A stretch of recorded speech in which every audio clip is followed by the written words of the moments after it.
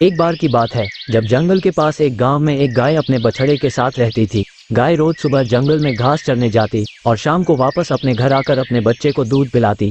एक दिन गाय जब जंगल में घास चर के वापस आ रही थी तो उसे एक भूखा शेर पकड़ लेता है। शेर कहता है, आज 3 दिन के बाद कुछ खाने को मिला है, आज तो रात में मस्त नींद आएगी। शेर जी कृपया मुझे छोड़ दीजिए, मेरा एक छोटा बच्चा है। अरे छोटा बच्चा है तो उसमें मैं क्या करूं? मैं भी तो पिछले 3 दिनों से कुछ भी नहीं खाया हूं। मैं भी तो बहुत भूखा हूं। तुम्हें छोड़ दूंगा तो फिर मैं क्या खाऊंगा? शेर जी आप अभी मुझे छोड़ दीजिए, मेरा बच्चा मेरी प्रतीक्षा कर रहा होगा, वो बहुत भूखा होगा। मैं जाके उसे दूध पिलाऊंगी और तुरंत वापस आपके पास आ जाऊंगी। तुम मुझे मूर्ख समझती हो क्या? अगर मैंने तुम्हें छोड़ दिया तो तुम वापस नहीं आओगी ना, मुझे ये पता है। शेर जी मैं आपको वचन देती हूँ, मैं अपने बच्चे को दूध पिलाकर जरूर वापस आऊंगी। गाय की बात सुनकर शेर को दया आ जाती है और शेर उसकी बात मान लेता है और शेर गाय से कहता है, ठीक है मैं अभी तुम्हें छोड़ रहा हूँ, लेकिन मैं यही खड़ा रहकर तुम्हारी वापस आने की प्रतीक्षा करूंगा। गाय शेर को हाँ में जवाब देती है और वहाँ से अपने घर वापस आ जाती है। गाय जैसे ही घर पहुँचती है, उसका बच्चा अपनी माँ को देखकर बहुत खुश होता है और माँ का दूध पीने लगता है। गाय उसे प्यार करती है और बोलती है, बेटा तुम अपने से बड़े का हमेशा सम्मान करना, उनका ख्याल रखना और हमेशा खुश रहना।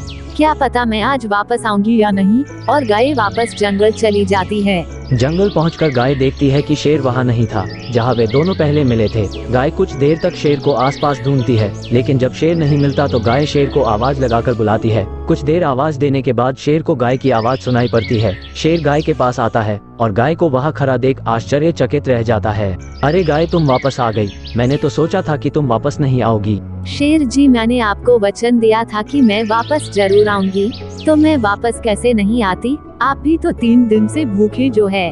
गाय की बात सुनकर और उसकी ईमानदारी को देखकर शेर का दिल पिघल जाता है और शेर गाय को छोड़ देता है और उसे कहता है कि आज से वह गाय की दूसरे जानवरों से हमेशा रक्षा करेगा। दाने दाने पर लिखा है खाने वाले का नाम। एक बार की बात है, जब एक गांव में एक सेठ जी अपने आंगन में बैठे बैठे कुछ सोच रहे थे। तभी एक साधु महाराज वहां से गुजर रहे थे। साधु महाराज सेठ जी से बोलते हैं, सेठ जी कुछ खाने को मिल जाता तो बहुत मेहरबानी होता, बड़े दूर से सफर करके आ रहा हूँ। साधु की बात सुनकर सेठ जी बोलते हैं, महाराज अभी आप यहाँ से जाओ, अभी मैं बहुत परेशान हूँ, अभी खाने के लिए कुछ भी नहीं है। फिर साधु जी बोले, कुछ खाने के लिए नहीं है तो कम से कम कुछ दान ही दे दो। सेठ जी बोले, महाराज दाने मुफ्त में नहीं आते हैं, अगर कुछ दाने बच गए तो मैं आपको बुलाकर दे दूंगा। एक आदमी सारे दाने कैसे खा सकता है? दाने दाने पर लिखा है खाने वाले का नाम। साधु की बात सुनकर सेठ जी को गुस्सा आ गया। सेठ साधु से बोलता है, तुम अपने आप को बहुत ज्ञानी समझ रहे हो, मेरे हाथ में पकड़े दाने को देखो और बताओ इस पर किसका नाम लिखा है? साधु मुस्कुराते हुए बोले, इस पर एक कौवा का नाम लिखा है, ये दाना उसी का आहार है। सेठ जी बोले, मैं इस दाने को अभी खाता हूँ, देखता हूँ तुम्हारा कौवा कैसे आके इसे लेता है। बोलते हुए सेठ जी ने उस दाने को अपने मुख में डाल लिया, पर वो मुख में ना जाकर सेठ जी की नाक में घुस गया। सेठ जी की सांस रुक गई और सेठ जी जोर जोर से चिल्लाने लगे, कोई मुझे बचाओ, मुझे सांस लेने में दिक्कत हो रही। सेठ जी की आवाज सुनकर आसपास के बहुत सारे लोग वहां आ गए। सभी लोग मिलकर सेठ जी को चिकित्सक के पास ले गए।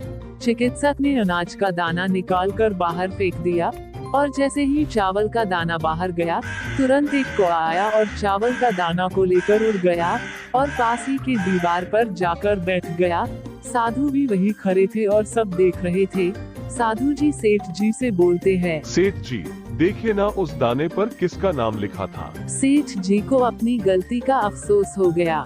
सेठ जी ने साधु से माफी मांग ली और आदर पूर्वक अपने घर से भोजन कराकर। तो दोस्तों इस कहानी से हमें क्या सीख मिलती है? हमें भूखे को खाना खिलाना चाहिए, प्यासे को पानी पिलाना चाहिए और कभी भी हमें घमंड नहीं करना चाहिए।